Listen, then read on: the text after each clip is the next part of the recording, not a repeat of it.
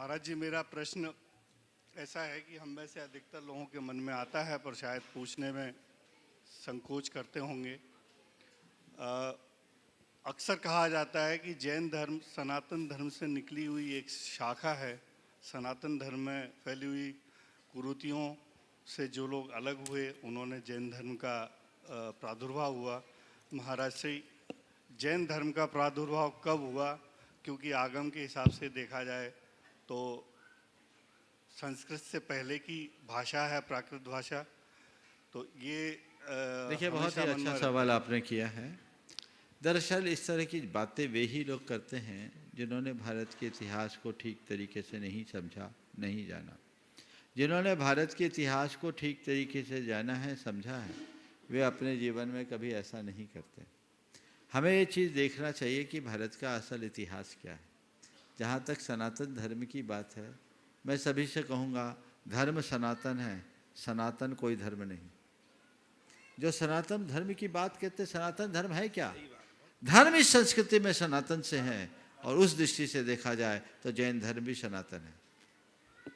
जब से सृष्टि है तब से धर्म है, सृष्टि सनातन है तो धर्म भी सनातन है। इसलिए धर्म सनातन है तो जैन धर्म भी सनातन है। इसलिए सनातन धर्म और जैन धर्म में अंतर करना कतई उचित नहीं है। धर्म को हमें सनातन मान करके चलना चाहिए। धर्म एक है सनातन, पर हम अलग अलग जब बात करते हैं तो जैन धर्म की बात कर सकते हैं, वैदिक धर्म की बात कर सकते हैं, वैष्णव धर्म की बात कर सकते हैं। दर्शन की बात करें तो हम जैन दर्शन की बात कर सकते हैं, सांख्य दर्शन की बात कर सकते हैं, नैयायिक दर्शन की बात कर सकते हैं, मीमांसक दर्शन की बात कर सकते हैं, बौद्ध दर्शन की बात कर सकते हैं, और हम आपके जाकर के चार्वाक की बात कर सकते हैं। ये दर्शन अलग अलग हैं। जिन्हें भारत के इतिहास का सही पता वो जानते हैं कि भारत की संस्कृति मुख्यतः दो धाराओं में प्रवाहित हुई, एक श्रमण धारा और दूसरी वैदिक धारा। श्रमण धारा का प्रतिनिधित्व जैन और बौद्धों ने किया, और वैदिक धारा इतर भारतीय धर्मों ने। दोनों बहुत पुरातन काल से है। जहाँ तक श्रमण धारा की बात है, इसके इतिहास को लोग जिस तरीके से समझे और जाने हैं, इस बात को प्रमाणित करते हैं कि श्रमण धारा प्राग वैदिक धारा है। वैदिक आर्यों के भारत आगमन से पहले भी देश में श्रमण धारा प्रवाहित थी। खुद वेदों में भगवान ऋषभदेव और श्रमणों की चर्चा है। ऋग्वेद में ऋषभ, केशी, श्रमण, वात, रशन जैसे शब्द इस बात के द्योतक हैं कि भगवान ऋषभदेव को ऋग्वेद की ऋचाओं में भी सम्मान परक स्थान दिया गया। डॉक्टर गोकुल प्रसाद जैन की एक कृति है ऋग्वेद में ऋषभवाची ऋचाएँ।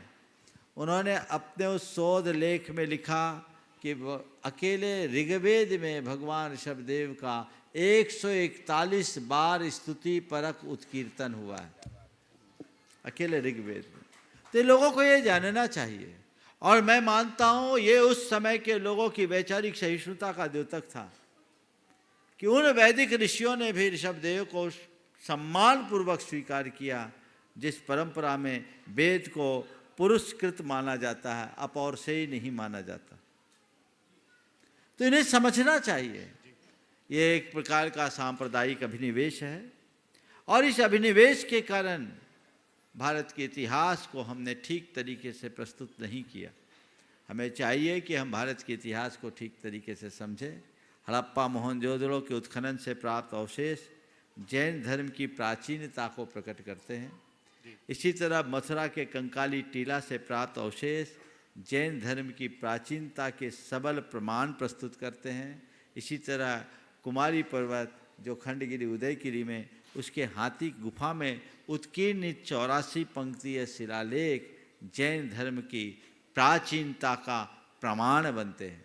हम इन सब चीज़ों को समझें, चाहे हम वैदिक साहित्य की बात करें, चाहे हम अभिलेखों की बात करें या पुरावशेषों की बात करें, सभी इस बात को स्पष्टतया उद्घोषित करते हैं कि जैन धर्म भारत का प्राचीनतम धर्म है। ये उतना ही प्राचीन है जितना कि भारत की संस्कृति, इसलिए हमें इस तरह से समझना चाहिए और लोगों को ये बातें ठीक तरीके से पहुंचानी भी चाहिए।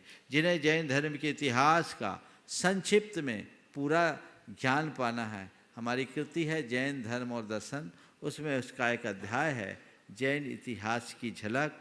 आप उसे पढ़ करके पूरे प्रमाणों के साथ इसे समझ सकते हैं।